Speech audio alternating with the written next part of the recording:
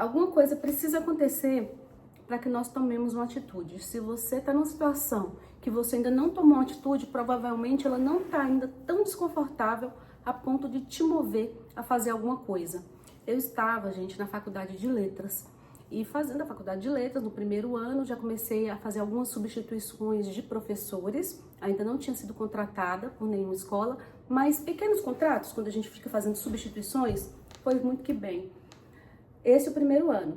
No segundo ano da faculdade de letras, no segundo bimestre, mentira, no segundo ano mesmo. No segundo ano, eu já poderia lecionar, pegar uma turma tranquilo, assim, e o ano todo. Foi isso que eu fiz. Fui lá, levei minha documentação na Secretaria de Educação e eles me contrataram para dar aula para o Estado durante um ano todo. Seria aula de literatura e era uma aula que começaria ali na sexta-feira à tarde. Eu ficaria a tarde toda na escola, depois voltaria para casa. Detalhe, era interior de Minas. E no interior de Minas, se você é professor, geralmente você começa a lecionar na roça, nas comunidades ali em volta, nos distritos. E foi isso que aconteceu comigo. Eu fui lecionar na roça. Nos primeiros momentos, assim, de aula, vamos dizer, nas substituições, eu já reparei que eu não me senti tão à vontade. Mas quando eu peguei uma turma, e que toda sexta-feira, durante todo o ano, eu iria para a escola dar aula, eu comecei a ver que aquilo não era para mim. Mas isso estava tão claro na minha cabeça que quando chegava na quinta-feira, a aula era na sexta, eu já começava a sentir mal, meu estômago embrulhar, amiga. Deixa eu te contar, não era tão longe a roça, mas eu tinha que pegar um ônibus, ia saculejando no ônibus, porque estrada de chão batido, cascalho às vezes, areão, e aí eu pegava esse ônibus muito velho, a gente ia, mas tudo bem, para essa comunidade, esse distrito, e à tarde eu pegava o ônibus de volta. Era cansativo, sim, mas era só na sexta-feira, não era todos os dias. No entanto, aquilo não era para mim. Eu não me sentia bem numa sala de aula, dando aula para crianças. Bom, ok. Fui ali, você sabe, a gente tem uma dificuldade, gente, de soltar o que não nos faz bem. Eu precisava de emprego, sim, mas era tão urgente assim? Não, porque minha mãe ainda me dava um suporte, eu era muito nova. Tinha uns 19, 20 anos, se não me engano. Minha mãe me dava um suporte ali, financeiro. Mas eu me sentia obrigada a ir, porque eu tinha feito o compromisso de ir. Eu tinha que ir. Tudo bem. Fez sentido aí, né, pra vocês. Fui. E o ano foi passando. E eu me sentindo cada vez pior dentro da sala de aula. Até que chegou o final do ano. E eu tinha que levar a documentação para no ano seguinte eu pegar essas aulas de novo e talvez eu pegaria até mais aulas, porque eu já tinha uma experiência. Gente, quando a pessoa é professor é assim, quanto mais experiência ele tem, mais chance ele tem de pegar aula, sabe? Isso conta ponto na hora do contrato. E aí eu não levei minha documentação. Tinha esse dia, o dia da designação que fala.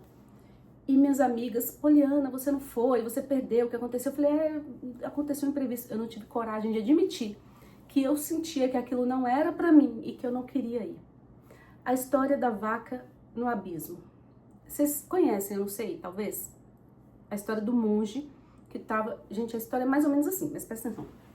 O monge estava passeando, andando com o discípulo dele, num lugar muito ermo e tal, aí eles avistaram uma casinha lá longe. Foram lá na casinha. Vamos lá, pedir uma água, vamos.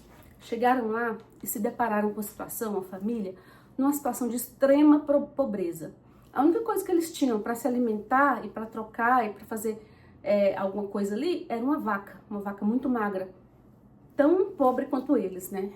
Assim, uma situação terrível. E a vaquinha muito magra e tal, e ele não, o pai falou, olha, todo maltrapilho.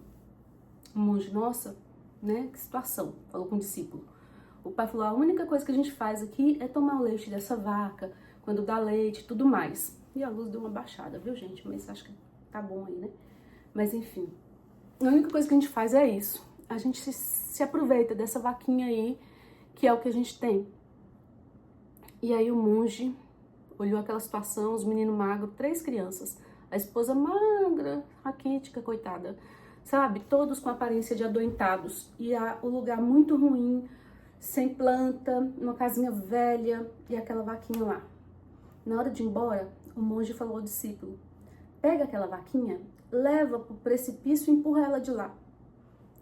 O discípulo obedeceu, embora muito contrariado. Falou: mas por que, Senhor?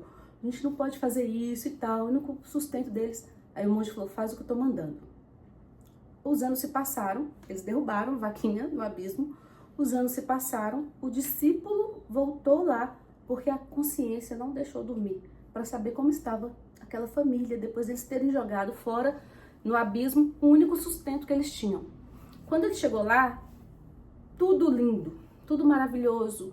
A casa já não era mais uma casa quebrando aos pedaços, era uma boa casa de madeira, plantação maravilhosa, assim, de alimentos, vacas, bois, um curral cheio de gado. E um discípulo ficou curioso, chegou pro pai e falou assim, o pai da família lá, e falou assim: mas eu vim aqui alguns anos atrás e vocês estavam numa situação tão ruim, o que aconteceu com vocês para mudar tudo assim de repente?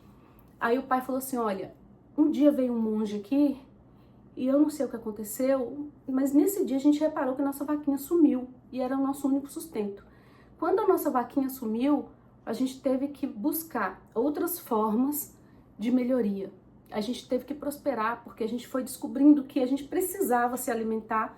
Fomos plantar, fomos colher, fomos trocar na cidade por outros alimentos e prosperamos. Hoje a gente tem uma plantação muito boa, a gente tem um gado.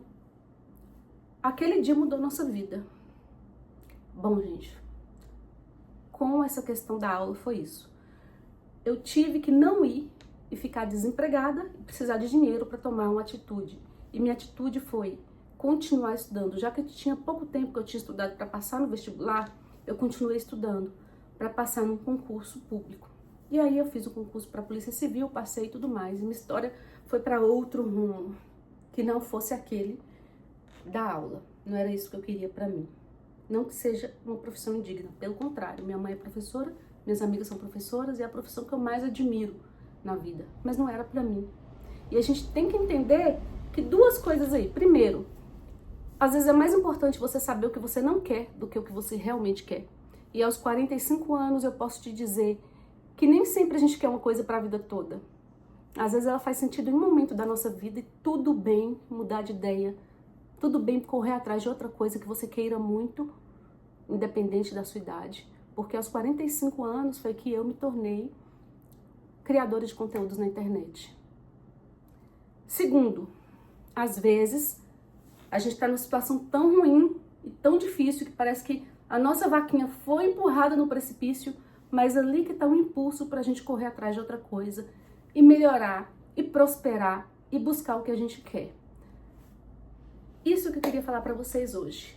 Não sei que situação que você está vivendo, mas se você está numa situação muito difícil, em que parece que não há saída, talvez é ali que você vai encontrar a sua saída para a sua vida toda. Tchau. Curte esse vídeo, compartilha com alguém que está precisando ouvir isso, tá bom? Um beijo.